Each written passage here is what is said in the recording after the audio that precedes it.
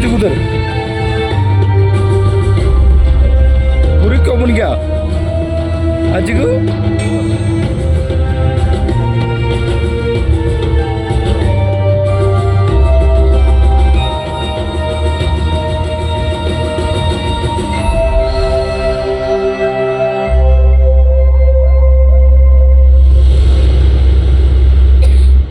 नमस्कार।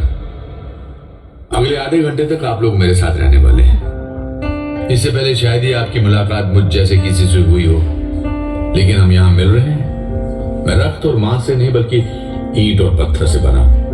मेरी आवाज और सीढ़ियों में नयापन दिख सकता है, लेकिन सच्चाई ये है कि मैं यहाँ इस पहाड़ी पर 19वीं शताब्दी से खड़ा हूँ। मेरी जिंदगी केवल मुझ तक ही सिमटी नहीं है, बल्कि ये शिमला की भी जिंदगी और दास्तां है। मेरा नाम बेंटनी है। ये ऐतिहासिक महल मैं ही हूं।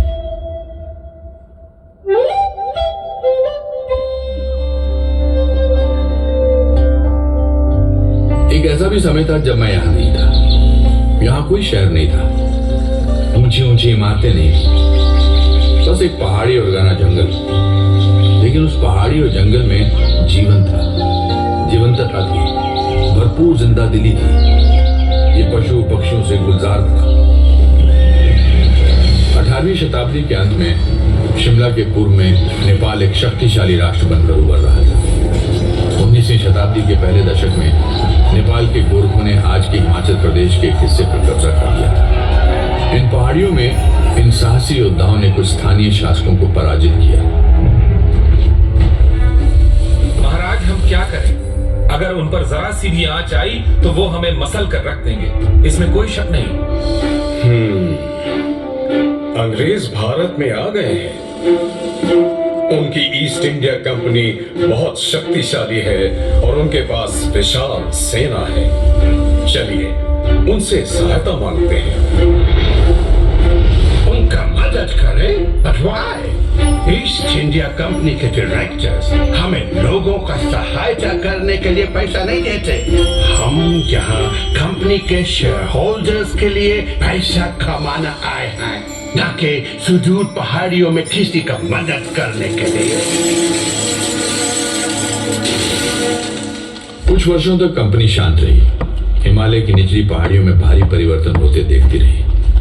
फिर पूरे यूरोप और भारत के अन्य हिस्सों में कई ऐसी घटनाएं घटी जिनके चलते ब्रिटिश को इन पहाड़ियों में सेनाएं भेजनी पड़ी।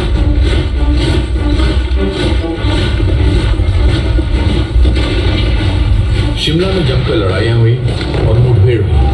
पहाड़ी राजाओं और अंग्रेजों की जीत हुई और सन 1815-16 में गोरखा युद्ध समाप्त हो गई। 2 वर्षों के भीतर ही ईस्ट इंडिया कंपनी की सेना के अधिकारियों ने इन पहाड़ियों को घूमना टटोलना शुरू कर दिया। What a delightful place! Note का तरफ देखो, आपको बर्फ से ढका माउंटेन नजर आता है। चारों तरफ घना जंगल, घास का मैदान and crystal clear water. Sir, क्यों न हम यहाँ घर बना लें? आपका पेमेंट अपने बातों की तुलना में इन पहाड़ियों से बेहतर तरीके से अपना काम कर सकते हैं। कमाल का आइडिया! हम उस पहाड़ी पर घर बनाएगा। What's that? 1822 में मेरे बनने से कुछ दशक पहले कैप्टन चार्ल्स प्रैट कैनेडी ने पहला स्थायी घर बनाया, जहां आगे चलकर शिमला शहर बना। 1831 में कैनेडी हाउस में एक मेहमान का यहाँ आना हुआ, जिसका नाम था विक्टर जैकमॉन्ट।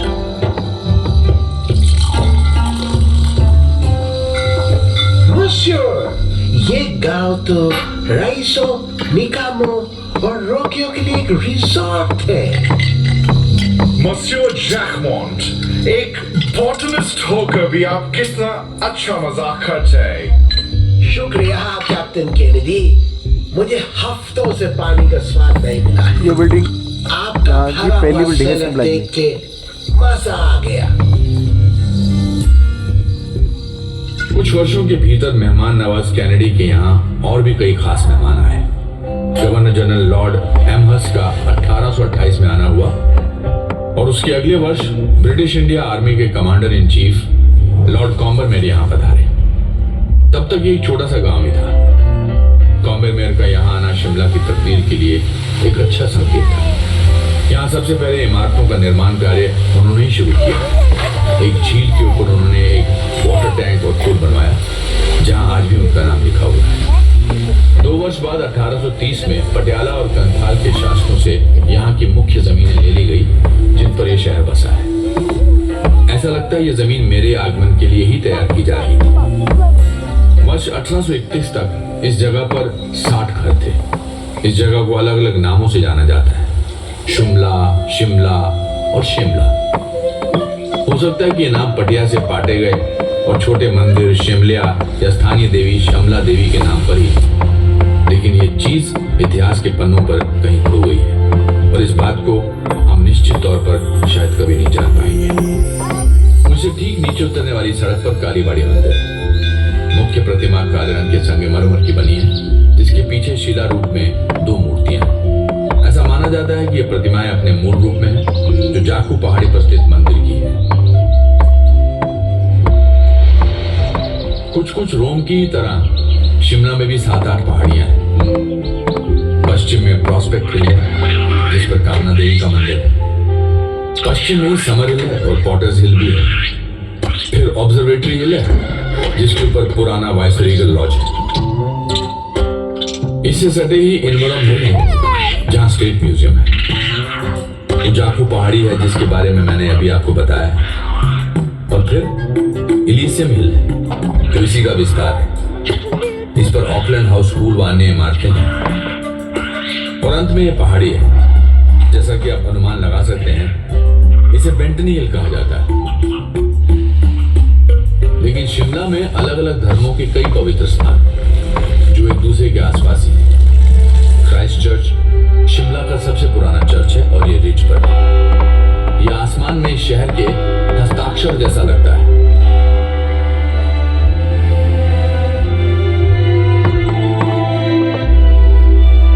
यहां से ठीक ऊपर की पहाड़ी पर आज जिस जगह ग्रैंड होटल है, 1829 में British governor general William Bentinck के रहने के लिए बेंटिक कासल बना था।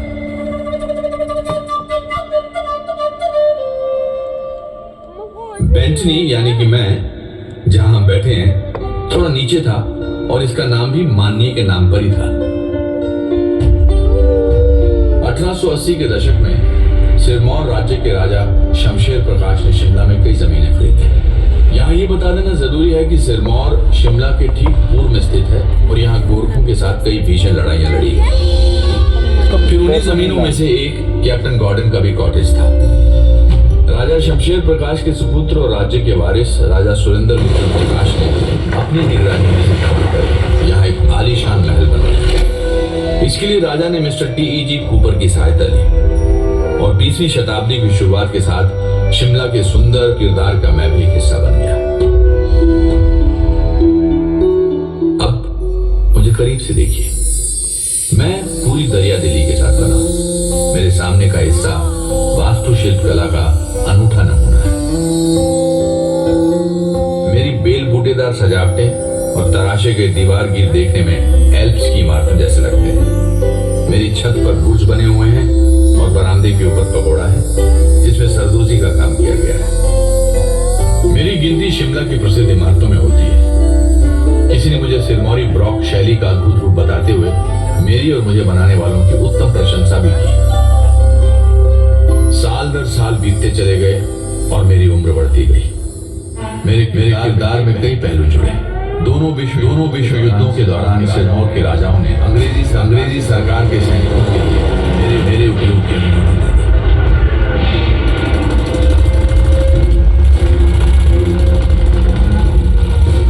दूसरे विश्व युद्ध में यहाँ प्रिजनर ऑफ वॉर सेक्शन रहा। ये ऑल इंडिया रेडियो से अटैच था। यहाँ से ज्यादातर इटली के उन बंदियों का संदेश भेजा जाता था जिन्हें धर्मशाला के पास यौल में दफना दिया गया। आजादी के ठीक बाद मशहूर अखबार द ट्रिब्यून, जो लाहौर में था, यहाँ से छपना शुरू हो गया और इसके चंडीगढ़ शिफ्ट होने तक यहीं चलता रहा। ओ हाँ, क्या आपने बाहर की रेलिंग्स देखी जिस पर सिरमौर का राज्य चिन्ह अंकित है? ये रेलिंग्स सिरमौर की राजधानी नाहन में ढलवा लोहे से बनाई गई और ये ढलाई खाना हिमाचल में आने वाले प्रथम उद्योगों में से एक है। ये रेलिंग्स और शानदार दरवाजा लगने से पहले ही मैंने शिमला म्युनिसिपैलिटी को वचन दिया था कि प्रॉपर्टी के भीतर लगे देवदार के विशाल पेड़ों को कोई नुकसान नहीं होगा और इनमें से 2 पूज्य वृक्ष अभी भी हैं। जाहिर है कि शिमला में बंदरों की भरमार है जो इन पहाड़ियों की टहनियों से झूला झूलते रहते हैं और अपनी हरकतों से मेरा मनोरंजन करते रहते हैं।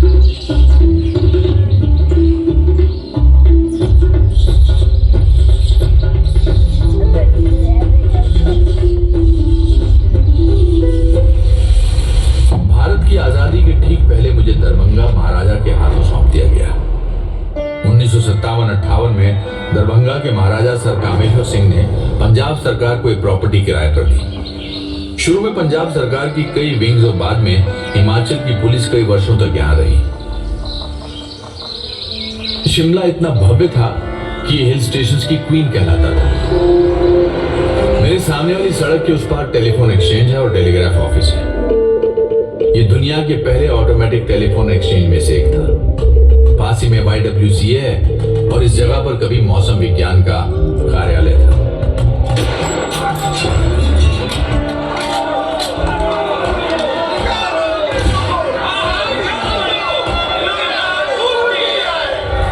उत्तर भारत के लिए 1857 की शुरुआत शांतिपूर्ण थी, लेकिन इस शांति की गोद में एक तूफान पड़ रहा था।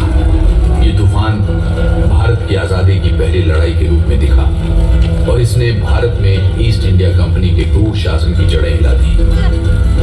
सेवकों ने अभी बाजार में सुना है कि शिमला के पास के चचोक कंटोनमेंट के लोगों ने भी विद्रोह कर दिया है। बकवास, वो कभी भी नमक हरामी नहीं करेगा। वो हमारे खिलाफ खड़े नहीं होगा। शिमला बैंक यहाँ से थोड़ी दूरी पर ही है, जहाँ आज ग्रैंड होटल है। अधिकांश यूरोपियंस वहाँ इकट्ठा हो गए थे। हालांकि भारत में अंग्रेजों के अन्याय और अत्याचार के खिलाफ इस विस्फोटक क्रांति का प्रभाव शिमला के अधिकांश हिस्सों में ना के बराबर है, लेकिन बाकी देश में इसकी आग भड़क चुकी थी। इसके भयंकर परिणाम देखने को मिले और पूरे के पूरे गांव में आग लगा दी। शक्तिशाली और लुटेरी ईस्ट इंडिया कंपनी का अस्तित्व समाप्त हो गया और सारे अधिकार व शक्तियां ब्रिटानिया हुकूमत ने अपने हाथों में ले ली। अब भारत सरकार के प्रमुख का पदनाम गवर्नर जनरल ऑफ इंडिया और वायसराय कर दिया गया।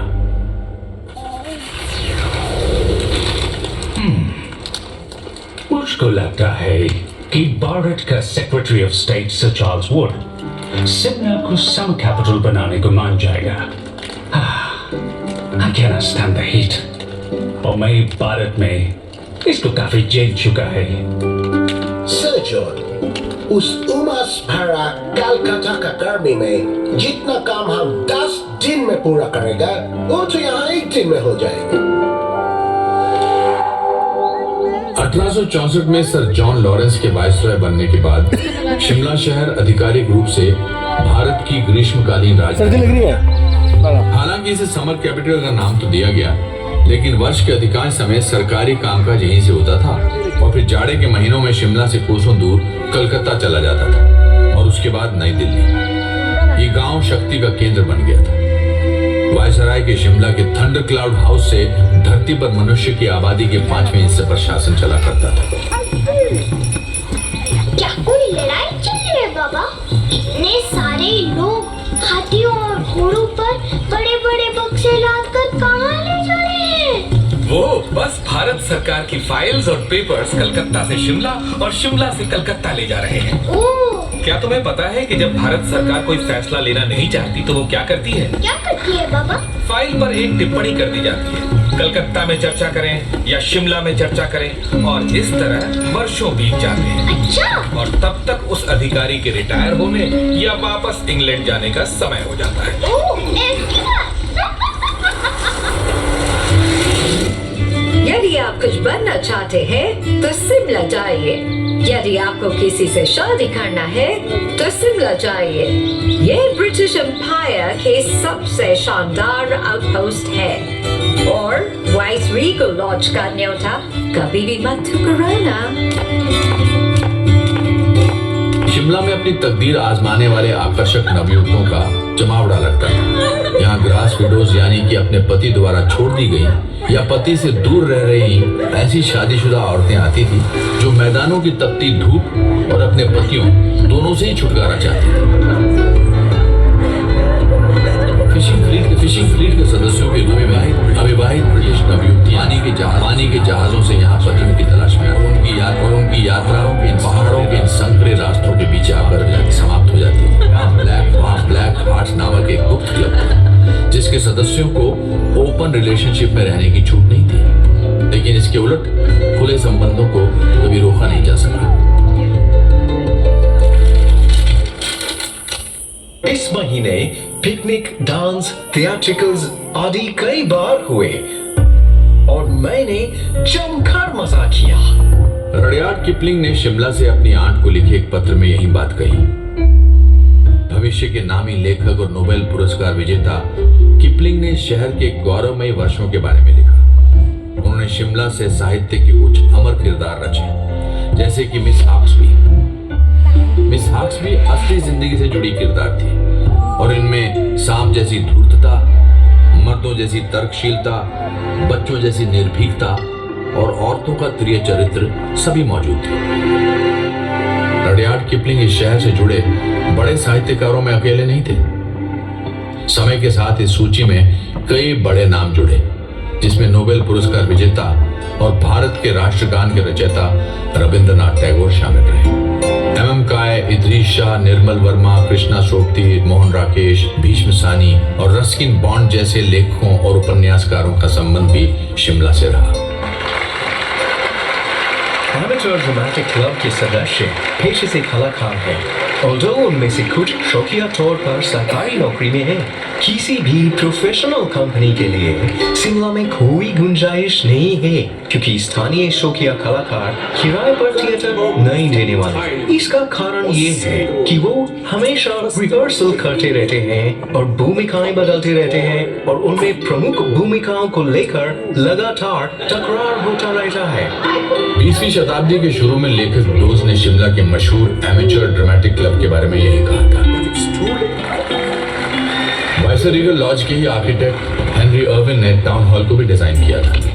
गॉथिक शैली में निर्मित ये विशाल टाउन हॉल 1887 में बनकर तैयार हुआ। इस इमारत में गेटी थिएटर और क्लब के अलावा अन्य संस्थाएं भी थी। इस थिएटर में अनगिनत जानी मानी हस्तियों ने अपने कार्यक्रम प्रस्तुत किए और यहाँ से कई कलाकार अपने करियर में ऊंचाइयां छू चुके हैं। वाइसराय लॉर्ड लिटन ने वॉलपोल नामक नाटक लिखा।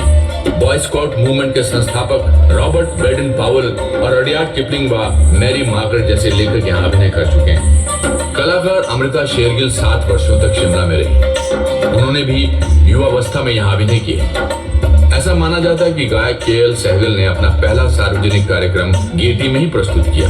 कैंडल्स, पृथ्वीराज कपूर, अनुपम खेर और कई अन्य नाम इस महान थिएटर से जुड़े हैं। 2009 में इसका व्यापक रूप से रेनोवेशन किया गया और आज गेटी थिएटर कॉम्प्लेक्स शिमला के सांस्कृतिक जीवन का केंद्र है।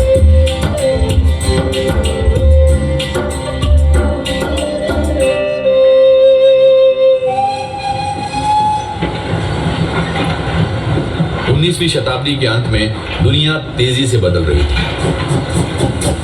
पहली औद्योगिक क्रांति का प्रभाव दुनिया के कोने कोने में दिख रहा था। स्टीम रेल इसी बदलाव का एक बहुत बड़ा हिस्सा थी। अभी हमें और कितने सर्वे करने? कालका से शिमला के बीच रेलवे लाइन बिछाने में कितना समय लगेगा? बढ़ते रहो, हम सराउंडों और कुछ अलाइनमेंट्स में फंसे हैं। साहिब, हमें एक व्यक्ति के बारे में बताया गया है जो शायद हमारी मदद कर सके। उसका नाम भलकू ऐसा है और उसने 1850 के दशक में ग्रेट हिंदुस्तान तिब्बत रोड बनाने में काम किया था। ठीक है, चलकर उससे बात करते हैं और देखता है कि क्या होते हैं। बिल्कुल सही मिस्टर हैरिट। सर, शिमला को गढ़ने में सिर्फ अमीर और ताकतवर लोगों का ही योगदान नहीं था। कालका शिमला रेलवे लाइन बनाने में हजारों की संख्या में मजदूरों ने काम किया। लोगों की माने तो जब रेल पटरी का निर्माण शुरू हुआ तब भलकू, जिसने 1850 में ग्रेट हिंदुस्तान तिब्बत रोड बनाने में काम किया था, उम्र दराज हो चुका था। कहा जाता है कि चीफ इंजीनियर और रेलवे के एजेंट एच.एस. हैरिंगटन के आगे आगे एक लंबे कद के कर्मचारी के साथ चलते हुए उसने रेलवे लाइन निकालने का रास्ता दिखाया। स्थानीय लोरियों में बताया जाता है कि उनके ग्राम देवता ने सपने में आकर उन्हें इस रेलवे लाइन का रास्ता बताया था। और कुछ लोगों का मानना है कि कालका और शिमला के बीच 19 स्टेशनों से गुजरने वाली इस पटरी का खाका उन्होंने ही तैयार किया। आज कालका शिमला रेलवे लाइन यूनेस्को की विश्व धरोहर सूची में शामिल है।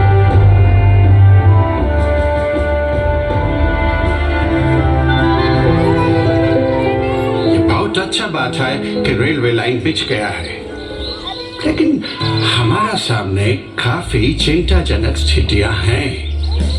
ब्रिटिश राज को टी पार्टी की तरह नहीं चलाया जा सकता है। एनाडेल में गर्मी का ये बेहद सुहावना दिन है। हमारे चारों ओर फैले देवदार के ये सुंदर पेड़ इस माहौल को काफी खुशनुमा बनाते हैं। वाइस रॉय लॉर्ड कर्जन के साथ इस पवेलियन में मौजूद होना हमारे लिए सौभाग्य की बात है। क्यों मिस्टर यंग हस्बैंड, आपकी क्या राय है? बिल्कुल, मैं सचमुच यहाँ एक बहुत बड़े काम से आया है। अनंडेल में झुरमुटों के बीच बने जिमखाने को निहारते हुए वाइसरॉय लॉर्ड कर्जन और फ्रांसिस यंग हस्बैंड ने तिब्बत पर हमला करने की योजना बनाई। इससे कुछ साल पहले ही अनंडेल में चुपचाप एक अन्य घटना घट चुकी थी।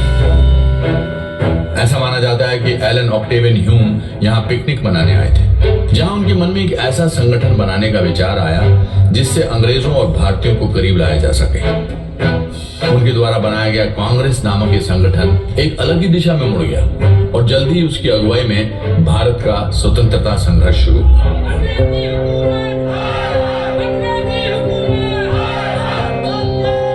एक बात और, डुरंट फुटबॉल टूर्नामेंट जो आज भी खेला जाता है की शुरुआत अनंडेल से हुई।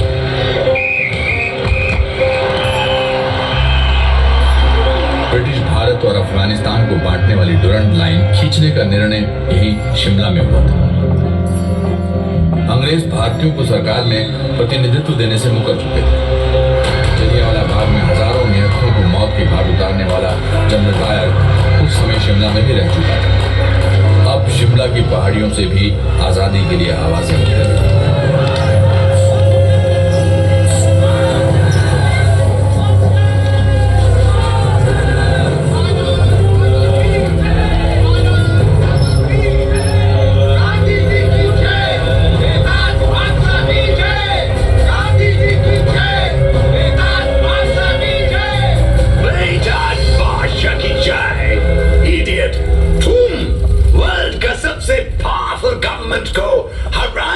ड्रीम करता है। वंदे मातरम, वंदे।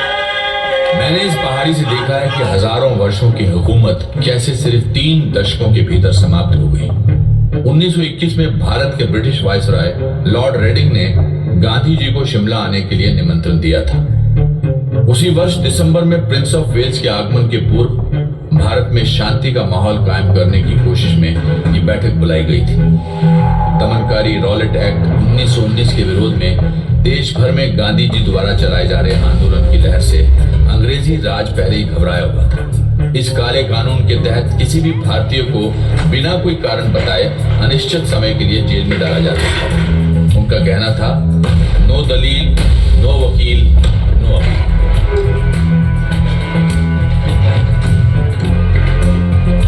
इस दौरे के बाद कई अन्य राष्ट्रवादी नेता शिमला में 1947 तक आते रहे। जिस वर्ष भारत आजाद हुआ, पंडित नेहरू, सी राजगोपालाचारी, सरदार पटेल, सुभाष चंद्र बोस, मदन मोहन मालवीय, अब्दुल गफ्फार खान, गोविंद वल्लभ भाई पंत और मौलाना आजाद ने नियमित रूप से यहाँ रह रहे अंग्रेज उच्चाधिकारियों को जनमत से अवगत कराया। कुछ समय के लिए पाकिस्तान के निर्माता मोहम्मद अली जिन्ना का भी शिमला में एक घर था। 1939 में दूसरे विश्व युद्ध की शुरुआत के साथ सरकार का शिमला आना जाना बंद हो गया, लेकिन यहाँ अनेक बैठकें और सम्मेलन आयोजित होते रहे। 1939 में शिमला की पहाड़ियों में हिमालय रियासती प्रजामंडल एक राष्ट्रवादी संगठन के रूप में सक्रिय हो गया। शिमला में आजादी के आंदोलन के अग्रणी नेताओं में भागमल सौथा, पंडित पदम देव, मनशाराम, डॉक्टर केदारनाथ, लाला हरीश चंद्र और अमरीकी सत्यानंद स्टोक्स शामिल रहे। महिलाओं ने भी जमकर साथ दिया। लक्ष्मी देवी, कमला देवी, सत्यवती और लज्जा वर्मा जैसी महिलाओं ने इस स्वतंत्रता आंदोलन में बढ़ चढ़कर हिस्सा लिया। आजादी के बाद सिरमौर के डॉक्टर वाईएस परमार हिमाचल प्रदेश के पहले मुख्यमंत्री बने। 1947 में वायसराय लॉर्ड वेवल ने शिमला सम्मेलन का प्रस्ताव रखा। उम्मीद थी कि इस सम्मेलन से देश को एकजुट रखते हुए भारत की आजादी के स्वरूप का हल निकलेगा। 1946 में कैबिनेट मिशन भारत आया। भारत की आजादी और भारतीय उपमहाद्वीप के विभाजन से जुड़े कई प्रस्तावों को शिमला में निश्चित रूप दिया गया। 1947 के शुरू में भारत के अंतिम ब्रिटिश वायसराय लॉर्ड माउंटबेटन का आगमन हुआ। उनके कार्यकाल के दौरान यूनाइटेड सर्विसेज क्लब में कई सत्र आयोजित हुए। सर सिरिल रेडक्लिफ की अध्यक्षता में सीमा आयोग ने देश का बंटवारा किया और पाकिस्तान का जन्म हुआ। 15 अगस्त 1947 को भारत गुलामी की बेड़ियों से आजाद हो गया।